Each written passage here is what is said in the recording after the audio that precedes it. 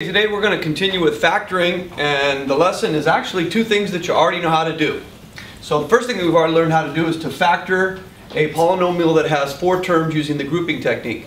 So I look at the first two terms and I take out the common factor, which in this problem would be x squared.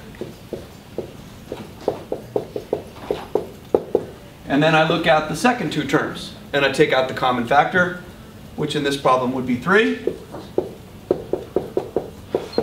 After I do that, you can see that I have the same thing inside the parentheses. So that's one of my factors. And the other one is the part that's not inside the parentheses, x squared plus 3. So that's the first thing that we've already done.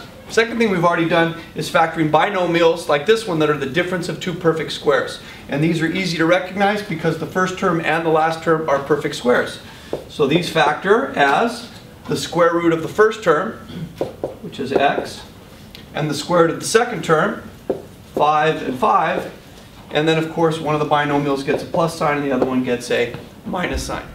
So now what we're going to do is we're going to take these two things and combine them and solve problem number 3 over here. So I begin by looking at the first two terms and taking out the common factor, which in this case is x squared. So when I take out the x squared, I'm left with x plus 4.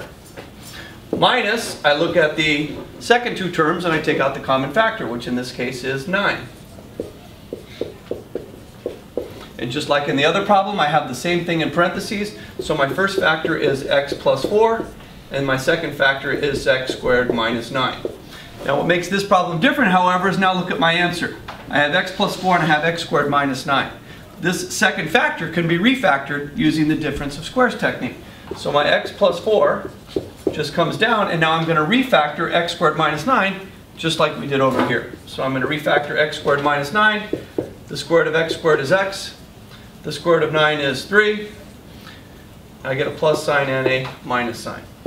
So that would be the answer to this one. So two things that you already know how to do.